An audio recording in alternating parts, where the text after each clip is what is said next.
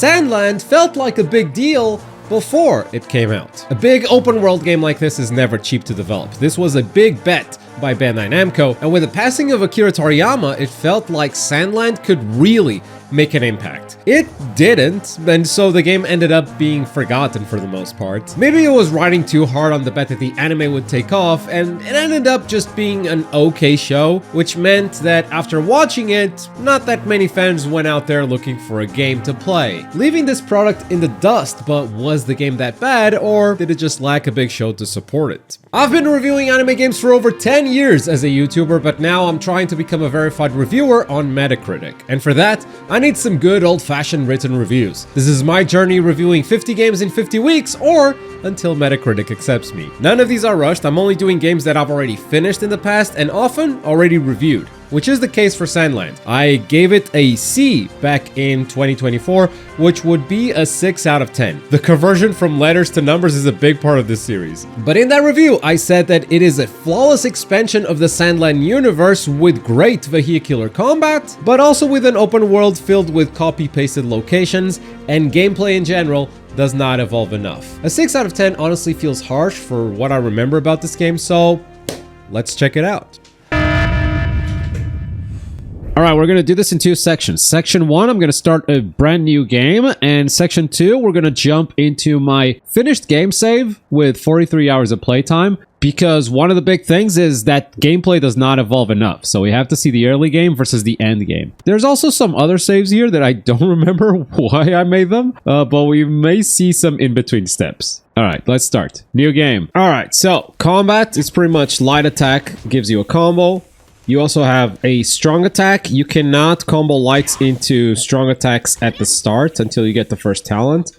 I think that's when gameplay evolves the most, honestly. It's the very first talent you get. I don't think I've unlocked the talent tree yet. No, I have. Oh, there you go. So I am not level 2, so I can't unlock this yet, but soon. We are... Damn, we're 20 minutes in. This game starts slow as hell. Now, the game has some really cool story moments. This one, for instance, we're running away from the Gagey dragon. You know, I'm not gonna, like, overhype this or anything. It's not crazy. It's just you go left and right and try to dodge his stuff. When he goes down, you gotta go to the side, because that's where he's gonna come out. Boom, that's it, right? And something I hope to sell you guys with this review is that, yes, this game does a lot of stuff like this. You know, it's cool gameplay variety, but it's all pretty simple too, so it's not like super special, you know? First boss fight, you just gotta start using some dodge rolls like this, but it's very much an RPG, so more than your action, the numbers are gonna matter more, because the combat wise, you know, what you're doing is very basic. Light and strong attacks, and there's a dodge roll. That is it. Yeah, there's the dodge roll. Whoop. Can I lock on? There was a lock on button. No? Lock on? There it is. Okay. Bum bum bum bum bum. Bum bum bum bum bum. Bum bum. Oh, he's attacking, so we dodge. Oh. I didn't see the last attack animation. But that's pretty much it. Yeah, that's combat. I mean, we'll load the 40-hour save file, and I guess you'll see how much it evolves. Finisher! Woo! Alright. That's the first boss of the game. There it is. Finishing moves. This is like recovery after a knockdown, air dodging, aerial combo, and then boost the power of stuff. Like more rush specials or more HP. Stuff that is good, it buffs you, but it doesn't change how you play the game. This sweep... From what I recall, it's not that useful. But yeah, now basically we have combos. You can press triangle after light attack, so you can do light, strong, and he does a little butt thing. 1, 2, 3. He does like an upper kick. There's a big kick there. 1, 2, 3, 4. Boom. 1, 2, 3, 4, 5. Da da da da da. And also now we have a special move, which I guess we'll do next time we find someone. Oh, that dude's in trouble. No! A vendor's in trouble. Yep. No, I see it. Let's do our special. Rush. Da da da da da da da da da. Pretty cool. You do unlock more specials as you level up, so that part does change. It's just the basics of combat don't really change enough. You thought it was a goner? Hey, you're okay. For a peddler, you don't have much for sale, though. We have our first stealth section. And there are a few in the game. The stealth is like everything else in this game. Yeah, it's pretty minimal. You crouch to not make noise. If you get spotted, you just kind of respawn. You can see where everyone is facing through walls based on the color of the triangle. So these guys are... Yeah, I mean, he's facing away from me now. So that's white. That person over there is facing me. So they would see me if I get closer. That's kind of it. That's kind of it, really. Oh, jumping does not make any sound.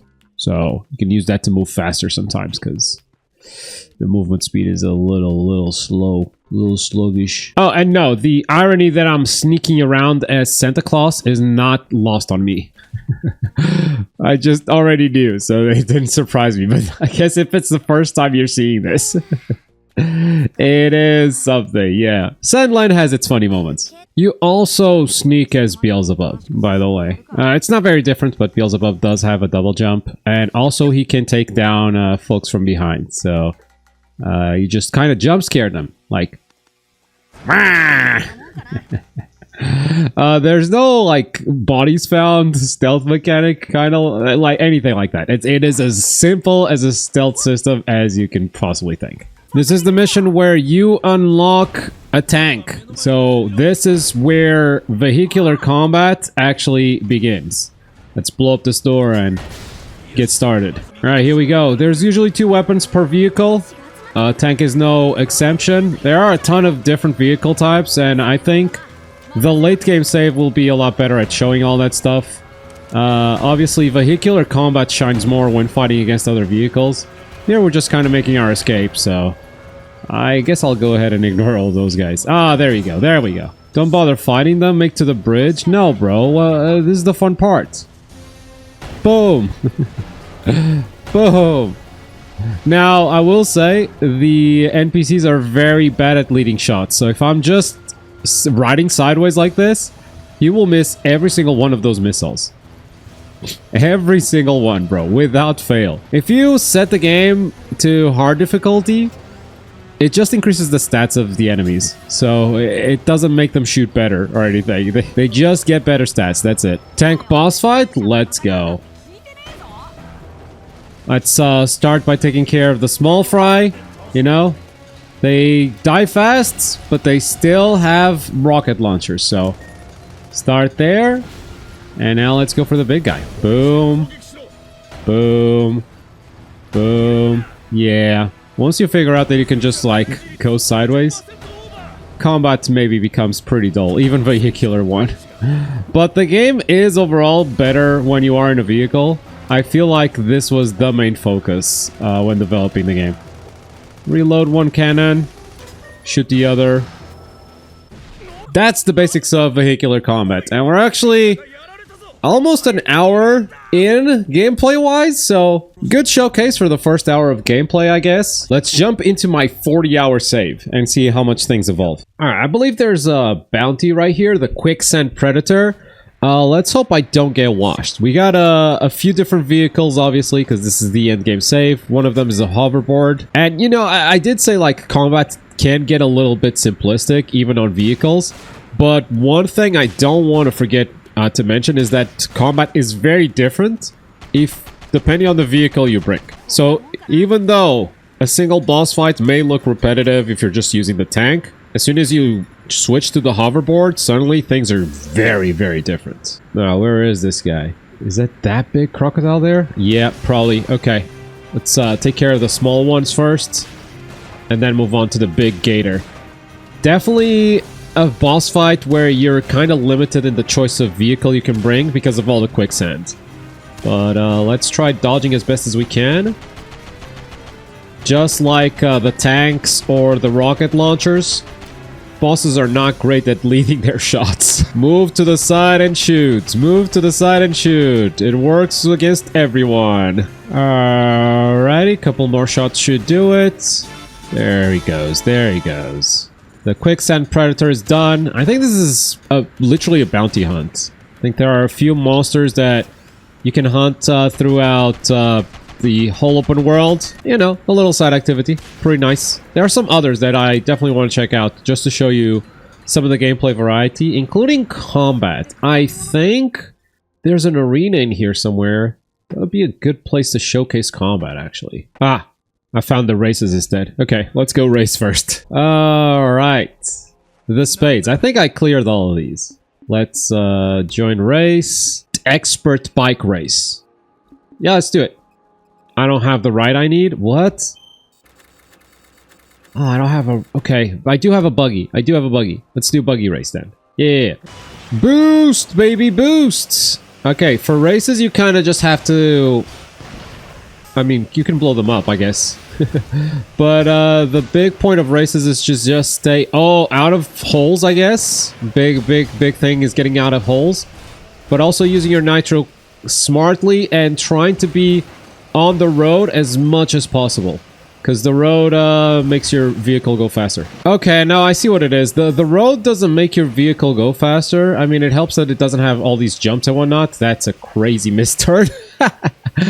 I don't think we're winning this one. What the roads do is that if you are boosting, your nitro stops depleting. So you can nitro for longer. And that's kind of cool. I remember enjoying these races, you know? But you do 3 in each vehicle and then that's it. You're done. Finish! 150. Oh, yeah, also, the other dudes are... You're not racing them. You're just racing against the clock. The other dudes, like, they don't matter. Oh, I forgot. Yeah, it's a time trial. All of these are time trials. Right there, I'm trying to get 135. And I just get some materials here. But 135 is my go-to. My personal best, 134. Damn, I barely beat it. But I like the driving. I like the driving in this world. You know, like everything else, it is pretty simple. But it does feel satisfying to explore the open world in most of the vehicles. I remember liking the bike a lot. I guess I don't have the bike equipped because of that boss fight that we just did. Oh, wow. Okay, well, we're doing this? I guess we're doing this. Okay. Wow, there's so many. Wait. Hey, what's going on? Wait. I just found myself in the middle of a gang war. Okay. Oh, wow. Okay. Check out this cool thing. I think it's right on the D-pad. Boom. And now we just switch vehicles without even leaving them. Boom. What's up, baby? Oh, Big Mac suit. Hell yeah. Activate super shield arm. You're going the wrong way. You're going the wrong way. Sir? Get over here. Get over here, motorbike. Oh, punch that bike out, bro. That feels good. That feels good. I'm sorry. That feels awesome. Shield bash. Oh my god, sick. Gang war, no problem, baby. Oh, we got them all. Down they go. Sheesh. Is that some parts? Oh yeah, all of these vehicles you can customize with parts. All of these I just painted them white because menu navigation is pretty annoying. But yeah, I just kind of made all of these are vehicles from the Empire. I was just like, I'm going full Star Wars. I'm tired of customizing because the menus are annoying. But there is full customization and part upgrades and whatnot. Even like your primary weapons, they can be different for each vehicle. And I remember spending a lot of time doing all of this. Anyway, where is that arena for combat? Ah, right there. Right there, the battle arena. There you go. Talk to this guy and we started. Now, just to show you that I'm not like purposely not doing stuff. After you get triangle to finish combos, everything else is pretty minor in terms of like impacting how you play basic combat overall. We have pressing jump or R2 when we get hit to regain our stance. So basically teching after you get knocked down. You get a leg sweep, which I guess I can show you what the leg sweep looks like. There. What's that for? There's no opponents that are blocking everything except sweep, so like it's not even a strategic thing to use at all. Boost the power of attacks. Cool, but doesn't change any of my buttons. Evade mid jump. Okay, we get an air dodge, but ground dodges are doing just fine. We get an air combo here, which is something, and then it's boost power of this. Hold the button for a bigger attack. Boost HP, boost specials, increase the duration of effects. Like it's mostly stats. You see, like combat does not evolve. You just get stronger. That's it. Holding the attack button looks like this. Usually not worth it. Let's do a ranked match. Oh damn, I did all of them except for. Ooh, okay. A lot of these are vehicles. Let's do this one because we can't use rides. Yeah, so it's hand-to-hand combat. Let's go! Let's maybe start right here and dodge and sprint. Oh my god, all the rockets. Oh my god, all the rockets. Yay, I did the tech thing there, see? Alright, strong finisher. Oh, hello. Now we also have specials. Let's do a big one. What was it? Dark Release, I think, was a big area attack. Bah! Nice. Are they all gone? They are all gone. Only the boss left. Okay. Sweep! 1, 2, 3. Whoa! 4. Let me hold down the button. Was that good? He didn't care. He didn't care at all. Let's do the first special. Da, da, da, da, da, da. Looks cool. Woo! Dodge, baby! And clear. Yeah. So still pretty basic, right? And that's the thing. I don't think it's bad combat. I don't think it's bad stealth. I don't think it's bad racing. It's just super basic, and it stays basic during all the 40 hours of gameplay. That's the problem. What's this level 29 thing? Why didn't I beat it? What's going on? Got a big speed biker? Okay. Uh-huh. Let's try to hit it as much as possible. Oh, there's also... Okay, shoot the special. Shoot the special. Nice. Nice. Okay, listen. It's hard to hit with this cannon, but we got it. We got it. Okay, reload.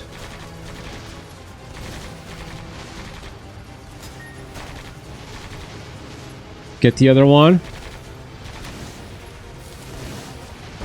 Oh my god. Yeah, this is tough. This is tough. Because it's a small little bike. Hitting it in motion can be tough. I remember... Oh my god. I don't want to get closer, actually. Don't want to get close, so he actually misses. And I just want to lead my shots, because he can't lead his shots, so... Big crit. Nice. Okay, cool. My special is still on cooldown. Nice, good hit. Oh, miss. Ooh, clear! We got it. You know, that wasn't easy. But at the end of the day, was that different from the first tank encounter we did? Not really. This is our base. It starts as kind of ruinous, and then we build it up over the course of the game. And now it's just a full-fledged city. You mostly build this with side quests, which is pretty cool. By the way, best character in the game, right here. This guy sells you maps for coins and whatnot, and treasure chests. You know, not really super important unless you're being a completionist, but best boy in the game. But what's cool about it is that you build it with side quests. You get to meet all the characters that end up inhabiting this village. Some of them are like kind of faceless NPCs, but most of them actually, they open up shops. They open up these shops that give you access to materials and upgrades that you just wouldn't have otherwise. I'm not sure, but I think some of them might actually be missable, so... Yeah, I ended up being a bit of a completionist, and I'm really happy with the city that we've built. Not that we could have built it in any other way, but it's more of like, yeah, we put in the work and we were rewarded. I went to base to quickly grab my bike, because I remember liking this thing a lot. Throw it as a capsule, you know, just like Bulma. This is where it came from. But here we go. Yeah. I think... that city, all of its side quests, as well as the way they tell the original story of Sandland and the world they've built, this game is an incredible expansion of that universe. I say that as like a fan of anything else, right? A fan of Naruto, a fan of Dragon Ball. We would love to see an open world like this that actually expands the universe this well. It's actually awesome. This area stayed with me for a long time. There's a point in the story, or I guess before the story of Sandland actually begins, a little bit of backstory.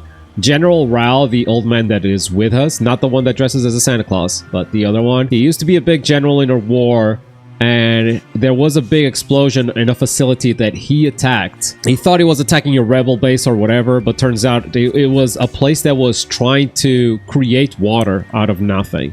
That would have upset the king's economic power, right? So they shut it down. And destroying that facility caused the big explosion. You hear about the big explosion, you see the big explosion, but to be here and to actually see the size of it and how devastating it was. Bro, I don't know. When I got here, it just hit me different, knowing what took place here. It's like, damn, this is massive. It's little things like that, and it's also big things, like cutscenes and characters. Really cool expansions of the Sandland universe. Actually, where is the main city? The main city is also a cool place to check out. Oh, that's it. That's it right there. Hang on. Wait, radio tower? Thought I had all the radio towers. What's going on? Radio towers in this world are open world slop, pretty much. You unlock the radio tower. It reveals the map around you and side activities, collectibles, all that stuff. The map is already revealed here, which would indicate that I've already unlocked the tower, but for some reason it still shows up on the map. What is going on? Is this active or no? I can't interact with it, so I'm gonna guess it is done? Wait, this is an issue. This is an issue I remember. Are all the radio towers on the map? They are. Okay. Yeah, so as I explore this open world, some things become grayed out, like, oh, you've explored them, but others don't. Like these hills, this grotto, this cave. Even if you go there and you collect all the treasure chests or the radio towers, like you've completed them. Why doesn't it have a cross like this base? I don't know. It's very bad at marking the stuff you've already seen and done on your map. So these ruins, for instance, which, oh, I guess we should check out some ruins, because that's where a lot of the copy-pasted stuff in the open world comes from. But I was making my way to the big city. Hang on, before we do the copy-paste stuff. Look at that.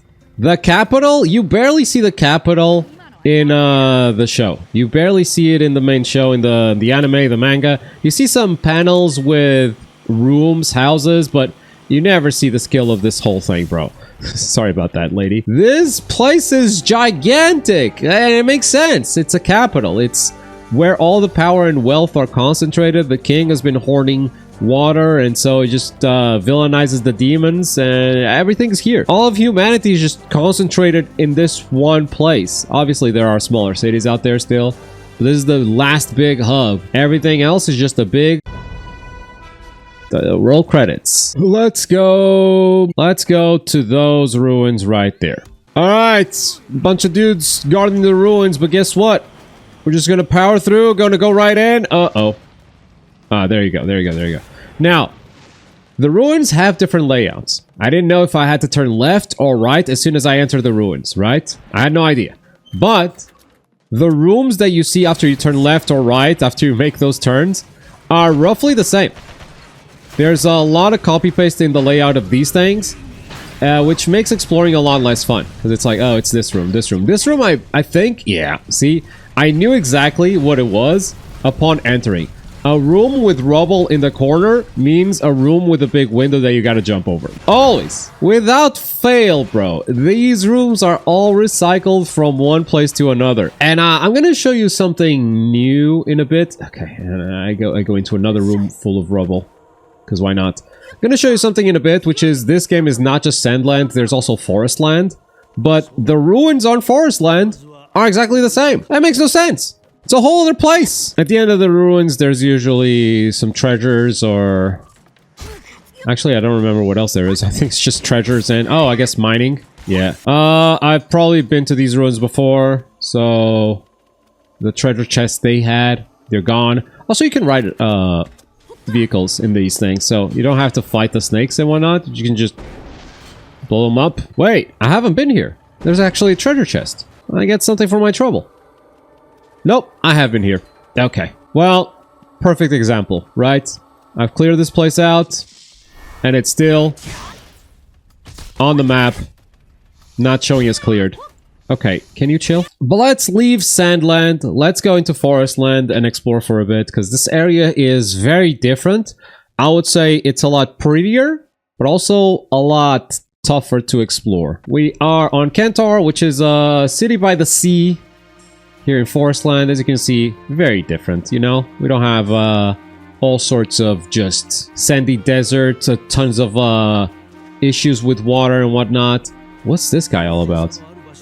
Oh, right, you can just ride these. Dude, I forgot. It's not as good as the vehicles, but useful in some terrains. Where are we going? What can I show you here? Maybe we go to another ruins. Let's go to these ruins, okay? I'm going to set a waypoint, and I'm going to try to go there. Now, in Sandland, it's mostly desert. You can just beeline to it, you know, go in a straight line. But this, because it has so many mountains, you mostly have to stick to roads. It doesn't feel as open and therefore feels like a pain to traverse very often. There's all sorts of ravines and bridges you have to keep in mind. I guess this road, maybe? Maybe, I'm trying to guess. With main quests and whatnot, there will be almost like GPS guiding you from point A to point B.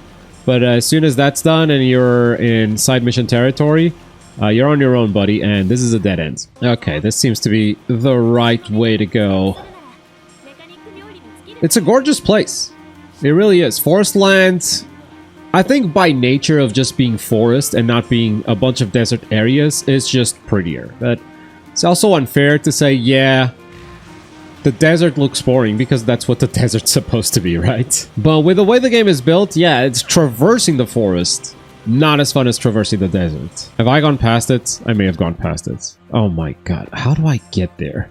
There are also no roads in this goddamn map, but maybe there and then there. So gonna try to take a left wherever possible. Right after the tank, maybe. Okay, that worked. Okay, let's try not to do... Whoa. Okay, what is happening here? Dude's being attacked by bees? To the bees! The bees! Ah, wasp. See, it's not just Sword Art Online that has those. There you go, Mr. Peddler. Found you in the first hour of gameplay, found you in the 45th hour of gameplay. Alright, is this the right way? This road seems to lead there, but the waypoint is super high. The road is going up, so maybe we got the right path now? This seems like ruins. Yep. Yeah, we got the ruins. Let's go. Okay, whoa! Let's do some, yeah, let's just punch them out of the way. Alright, ruins! Show me what you got! Okay, these ones go down first, and these are water ruins. Okay.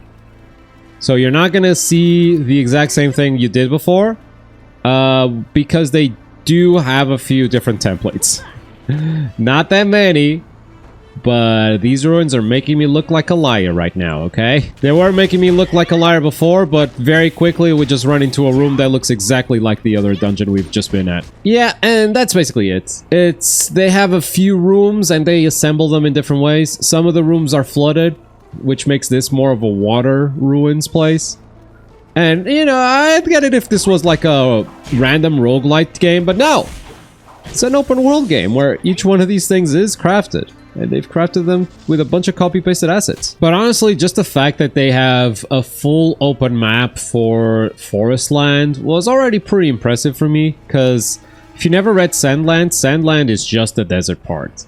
The anime went further and continued the story into the Forest Land. And so for the game to basically double in size by having a full Forest Land portion, I think it's awesome for Sandland fans. And if Sandland the anime actually hit, I think the fan service in this game would be very appreciated, but because the show didn't really hit, then you start to wonder who this is really servicing. 6 out of 10 does feel harsh based on what this game actually is. It's not the game's fault that the show didn't hit, but at the same time, the game has to stand on its own. It has to be a good game regardless of the IP. I say this all the time, this costs the same as other open world games out there. Why would gamers bother getting this over other games? The score has to reflect that. And at the end of the day, I don't think the vehicular combat is great, but I do think there's enough variety with all of the different vehicle types. I mean, getting on that mech suit is pretty fun. It just has the same problem as every other aspect of this game, which is the gameplay does not evolve enough. They've built a ton of systems, but didn't develop any of them. None of them evolve as you play through the story, none of them evolve with you as a character. Sure, you level up, you deal more damage, you take less damage, but the buttons you are pressing are largely the same in the first hour as they are on hour 40. And if the open world activities were fun, maybe that would carry it, but seeing so much copy-paste, I'm starting to understand why I gave it a C. I'm gonna reflect on this a little bit, but I think it's time to start writing. With all of its gameplay systems, Sandland feels like a jack of all trades, but master of none. It relies too much on the show it's based on, failing to stand on its own.